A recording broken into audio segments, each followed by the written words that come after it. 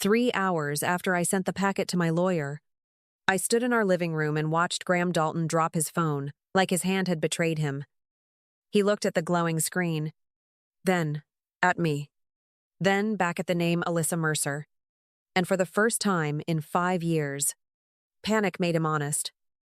When he said, "You can't do this to me right now," I heard every canceled trip, every stolen weekend, every family emergency he had used to keep me in second place. I did not raise my voice, and I did not move toward him, because the papers were already filed and the evidence was already sitting where it could not be buried. The revised invoices, the card charges tied to reunion vendors, the message asking, "Did she approve the last transfer?" He had done what his excuses never could and stripped the story clean. I looked at him shaking in the room where he had spent years teaching me my place. And I said, "That's the sentence I lived inside. Graham. Only you never had to hear it out loud." He kept staring at me like the floor might change if he waited long enough. But the only thing changing was that I was no longer willing to cushion his collapse. 3 hours earlier, I had sent the final copy to my lawyer, and one more copy to the person Graham had trusted to help him keep me confused, compliant, and useful.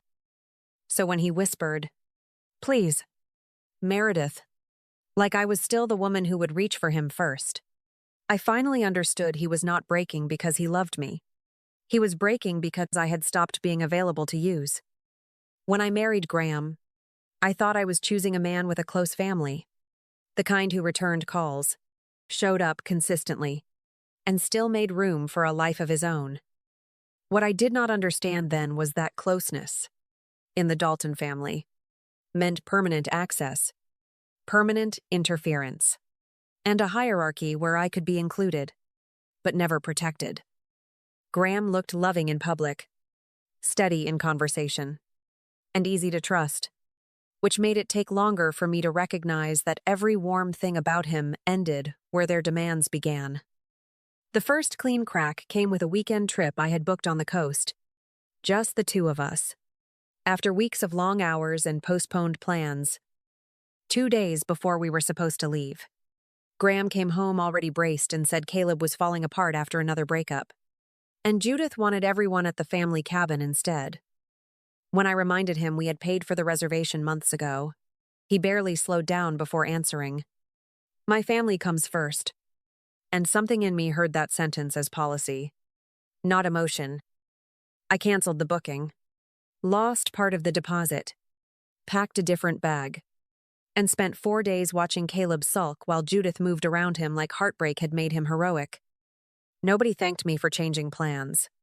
And nobody even pretended to notice that the weekend had belonged to me before it was reassigned to them. That was the first time I understood how things worked in that family. Because Graham was not asking me to adjust to one hard moment. He was training me to disappear on command. After that, the pattern stopped disguising itself as bad timing and started arriving with names, dates, and the same familiar urgency attached to someone else's need. When my father needed me and I wanted Graham beside me, Sierra had a crisis at work. And when I earned a promotion worth celebrating, Judith suddenly needed a family dinner that same night. Each time I looked at Graham for hesitation and found none, I learned the same lesson from fresh evidence, that I could be loved in theory, useful in practice, and still never come first where it counted.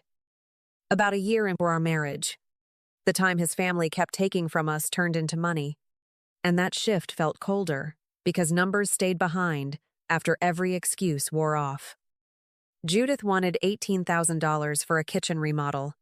Graham called it temporary help, and when I reminded him that amount was nearly half our savings, he answered, "They'll pay it back."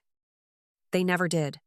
And every month after that I had to look at a smaller balance, newer appliances in her house, and Graham's expression hardening whenever I mentioned it. He kept using the same line. "It's family, Meredith." Like those 3 words could turn a one-sided transfer into something noble. And I kept watching the promise rot untouched. Then Caleb found his next purpose. A custom wood sign shop he described, like a breakthrough. And Graham came home carrying numbers in his voice like approval had already happened. When he finally said Caleb needed $35,000 to get started, I laughed once from disbelief, then stopped when Graham kept standing there like my refusal would make me cruel. I told him we were not borrowing money for his brother's latest dream, and that was the first night Graham looked at me as if I had failed a test. Judith and Caleb found another way to keep the business alive. But when it collapsed anyway, the family called it bad timing and market pressure, never their own entitlement. By then I had started noticing that every family event came with a bill attached, and too many of those bills seemed to route through the same vendor contact, Alyssa Mercer. At first, she was only a name that appeared too often, attached to reunion catering, equipment reservations, revised totals, and confirmation emails that always sounded unusually familiar with Graham. Then one reunion invoice jumped to $4,200 after 2 revisions, even though the headcount stayed the same, and the added charges were approved through Alyssa's thread. That was when helping his family stopped looking chaotic and started looking organized. Because the same people benefited, the same phrases appeared, and the same money kept leaving. One night, Graham hung up from a call with Judith, went back to his dinner, and told me he had promised $4,200 for the reunion catering. I looked at him, then at the invoice glowing on his phone, and asked when he had started making commitments with our money alone again.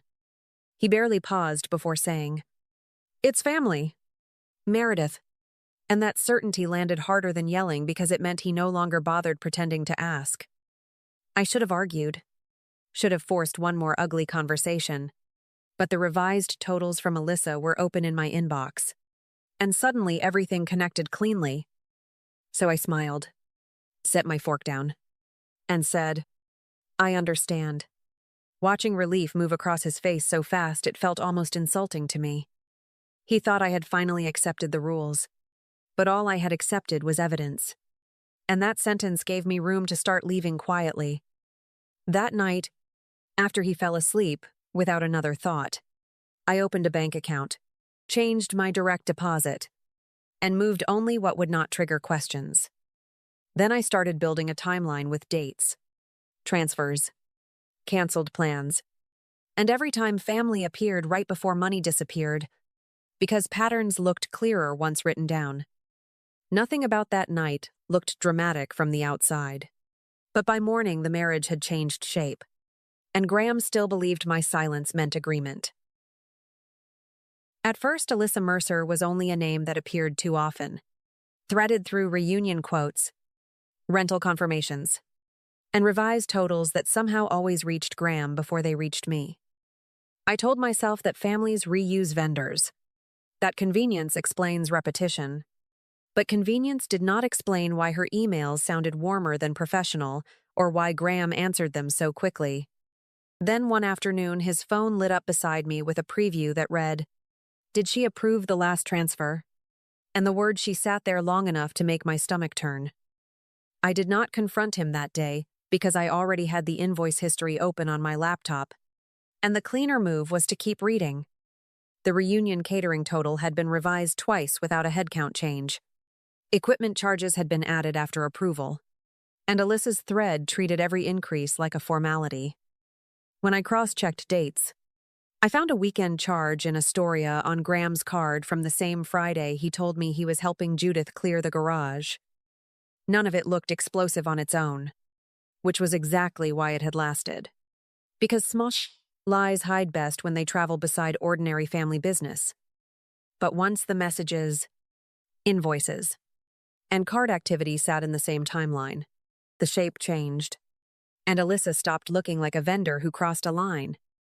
She looked like someone helping Graham build a second life inside the first one, using family events as cover, our shared money as fuel, and my trust as the easiest part. That was the part that hurt more than the affair itself, because betrayal would have been simpler if it had only been sex or secrecy. What I had instead was a paper trail showing that every time Graham said family needed something, Alyssa was somewhere nearby making sure the numbers kept moving. By then I understood that I was not looking at a sudden mistake or reckless impulse. but a planned arrangement where he stayed respectable. She stayed hidden, and I paid for both. I met with a family attorney in Portland after I had the invoices, the card activity, and Alyssa's messages organized in one folder that no excuse could clean up. I did not ask how to punish Graham or how to get every dollar back, because the older transfers were too informal, too voluntary, and already buried. I asked the only question that still mattered to me, which was how to stop losing more without giving him time to move the pieces first. She read quietly, turned pages, circled dates, and then looked up long enough to say, "Most of what you already gave will likely stay classified as marital spending or gifts." I nodded because that matched what the evidence already suggested, and hearing it plainly did not break me since I had stopped mistaking fairness for something automatic. Then she tapped Alyssa's thread. The revised reunion totals, and the card charges tied to hidden weekends, and said those facts changed the conversation. What mattered now was separation done cleanly. So I kept my records intact, moved my pay into the new account, secured copies of every shared statement, and signed nothing casually. I did not touch his devices, did not damage property, and did not announce what I knew, because silence was finally doing better work for me than pleading ever had. By the time I left her office, I had a legal plan, a housing plan, and something even more useful than hope, which was structure. The call came just after noon, and from the first crack in Graham's voice, I knew this was the kind of mess his family could not smooth over with excuses. Sierra had been stopped after a late-night crash. The car was impounded. Alcohol was involved. And Judith was already calling everyone like panic could rewrite paperwork by morning. When Graham said, "Meredith, I need you. Please," I was already reaching for my keys. Because to me, a real emergency still mattered then more than pride. He was waiting outside when I pulled up, pale and breathing hard. And for one sharp second, he still looked like the man I had once trusted completely. He climbed in talking too fast about towing fees, booking numbers, Sierra's citation, and Judith melting down, then reached for the sentence he always used that night. "You're the only person I can count on right now," he said. And hearing that while his sister's case number glowed on his screen made everything settle, I drove another block and pulled over beside a dark coffee shop because I needed him to hear me before urgency turned me useful again for once. I looked at him gripping his phone and said, "I will help with what's human tonight, but I'm not stepping back into that system ever again." He stared at me, confused first and then offended, and tried once more with, "This is my sister," like blood had always erased the cost before tonight. "I know exactly who she is," I said, starting the car again. "And I know exactly who I've been every time your family needed cleanup or money." I took him where he needed to go, stayed long enough to make sure he understood the next steps, and refused the rest from me. When I left him standing with consequences he could not hand me, the lesson finally belonged to him instead of me that night, alone, fully at last. When Graham came home that night, he was expecting gratitude, maybe softness, maybe the old version of me still waiting behind my silence to rescue him one more time. Instead, I set a thin stack of papers on the dining table, and the moment he saw Alyssa's name in print, the air changed between us at once. There was the reunion invoice with the revised total, the Astoria card charge, and the message asking, "Did she approve the last transfer?" All dated cleanly together. He flipped through the pages too fast at first, like speed could turn evidence back into confusion, but his hand stopped shaking only when denial ran out on him. I did not explain anything, because the invoice numbers, the dates, and Alyssa's own wording had already done the work he thought words could still outrun tonight. When he finally looked up and said, "How long have you been doing this?" I understood he was not asking about leaving, only about how long I knew. I told him I stopped being blind the day his emergencies started arriving with revised totals, hidden transfers, and another woman's name attached to our money too. His phone lit up on the table then. Alyssa again. And watching him stare at it without touching it told me I had finally reached truth at last. That was the night Graham realized I had not been quietly surviving beside his lies. I had been reading them, dating them, and preparing my exit carefully. I did not need a screaming scene or a public spectacle, because by then the damage had already learned how to expose itself once the paperwork stopped protecting them. My attorney filed the divorce with the spending records attached, and suddenly the story Judith preferred, that I was abandoning Graham in a family crisis, could not survive dates. Every invoice revision, every transfer tied to Alyssa, and every charge routed through family sat there in order.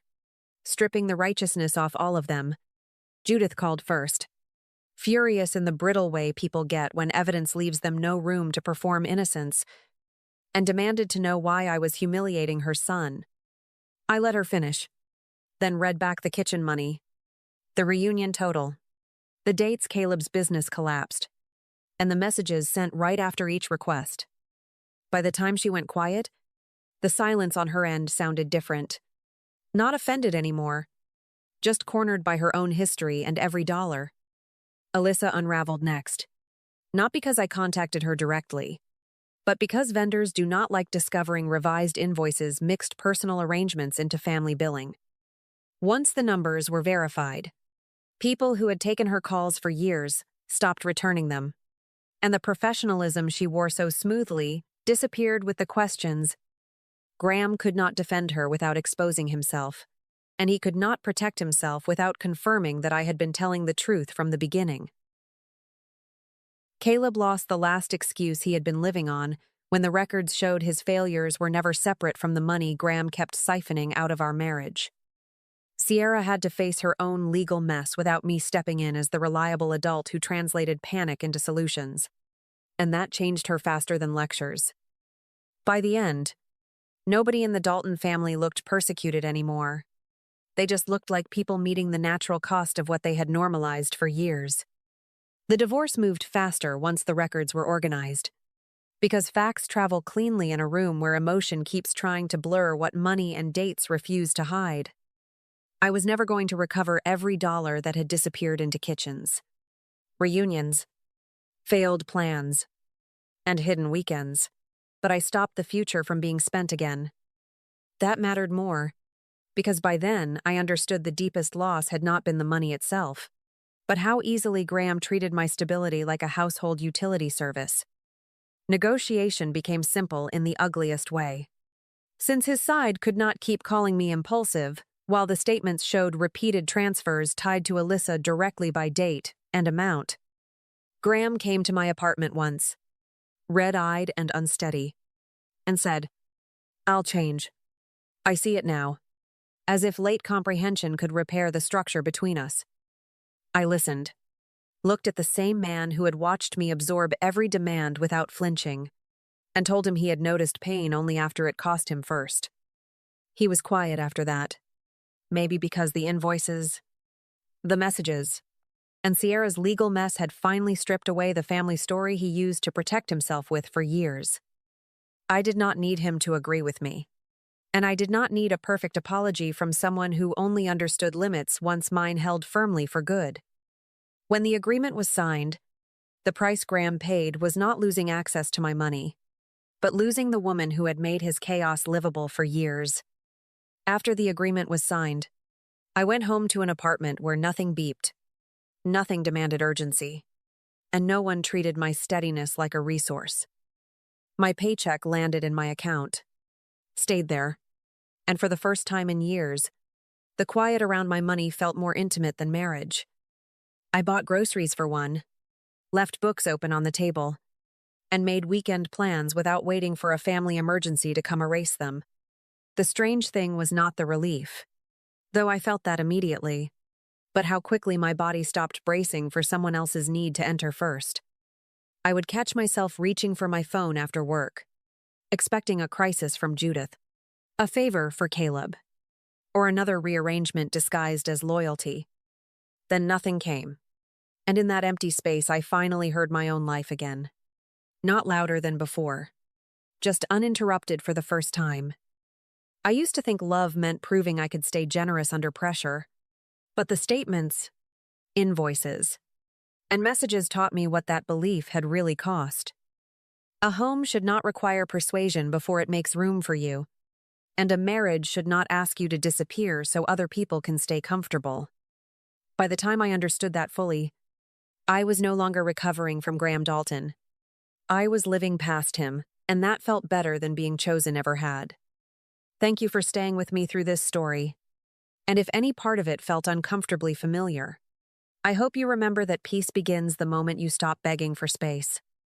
If this touched something real in you, share your thoughts below, and take gentle care of your own heart tonight.